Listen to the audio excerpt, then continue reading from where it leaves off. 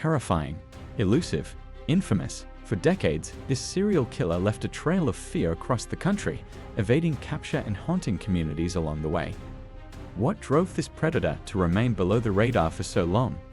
In today's video, we'll unravel the chilling story of the serial killer who terrorized the country for decades.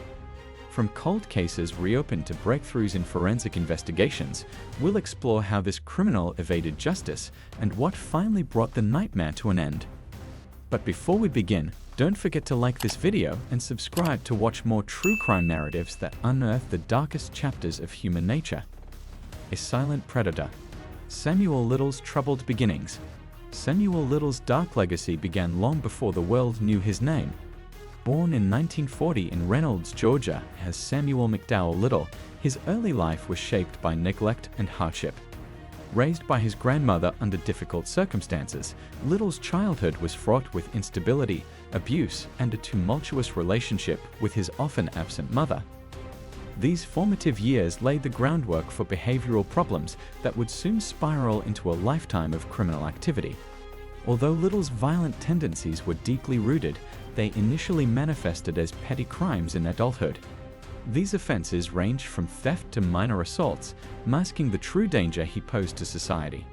However, by the late 1970s and early 1980s, his horrifying transformation into a serial killer was complete. Little preyed on society's most vulnerable, women living on the margins, including sex workers and those battling addiction. His victims were chosen with chilling precision, ensuring they were less likely to draw public or investigative attention. Over decades, Little's nomadic lifestyle enabled him to traverse state lines, leaving a trail of devastation that investigators struggled to piece together. His ability to blend into the background allowed him to operate undetected for years, earning him the grim distinction of being one of America's most prolific serial killers. The crimes: a sprawling network of violence.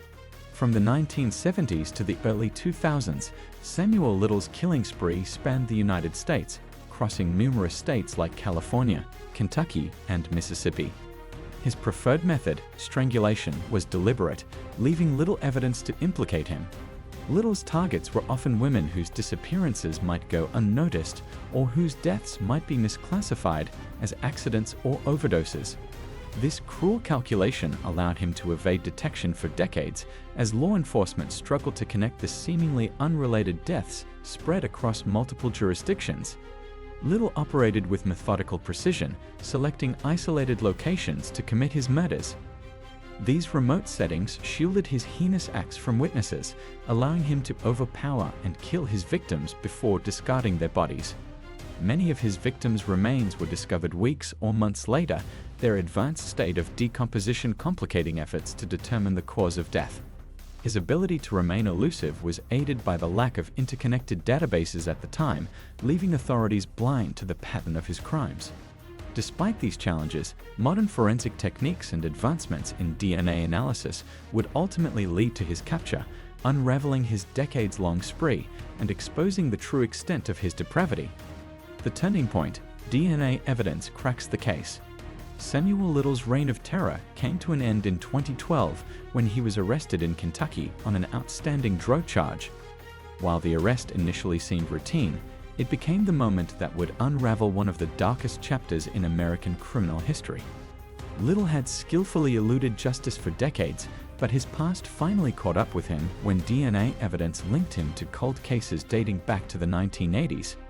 This discovery marked a pivotal breakthrough, providing investigators with the evidence they needed to confront the horrors he had committed. One of the key figures in bringing Little to justice was Detective Mitzi Roberts, a relentless investigator focused on solving cold cases in Los Angeles. Using advanced forensic technology, she connected Little's DNA to material left at multiple crime scenes, including the murders of Carol Alfred, Audrey Nelson, and Guadalupe Apodaca.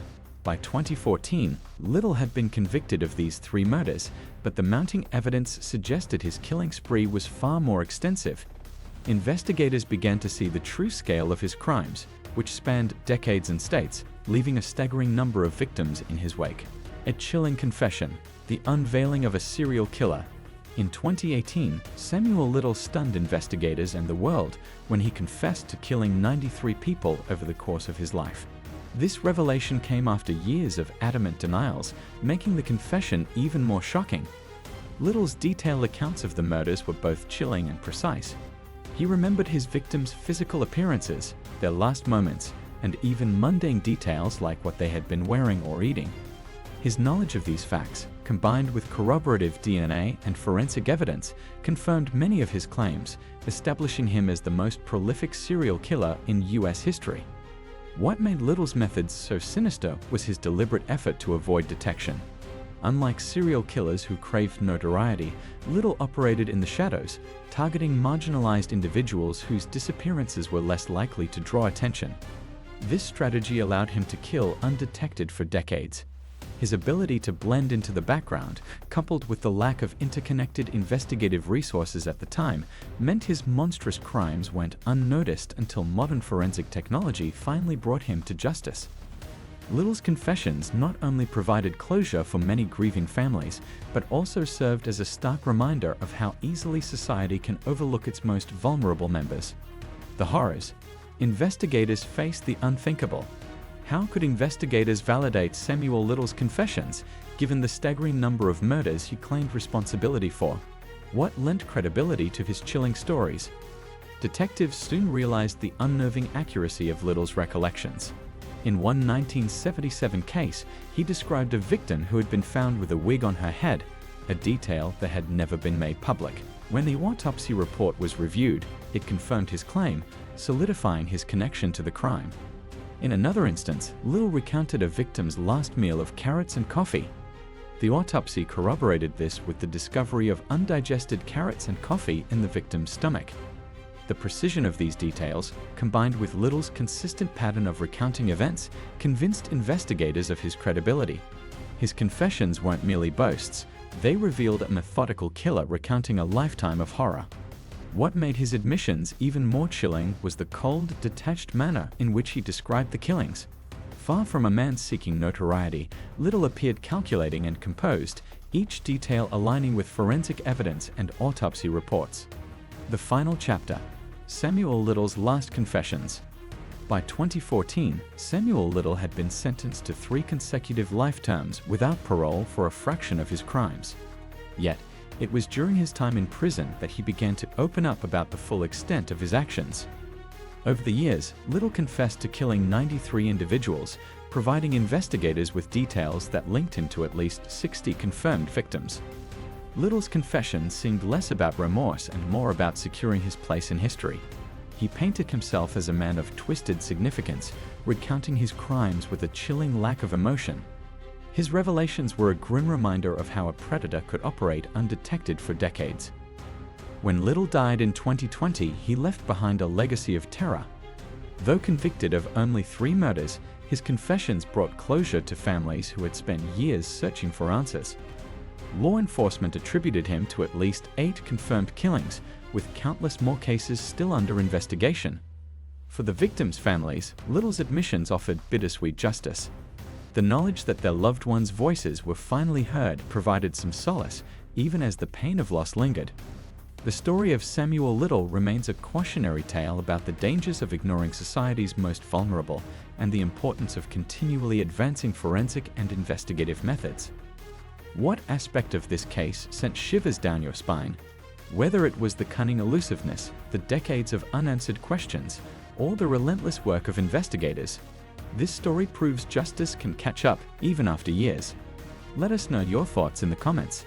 Did any detail surprise you? Don't forget to like, share, and subscribe for more gripping true crime stories and breakthrough investigations. Thanks for watching, stay alert, stay aware, and we'll see you in the next deep dive into the shadows of crime.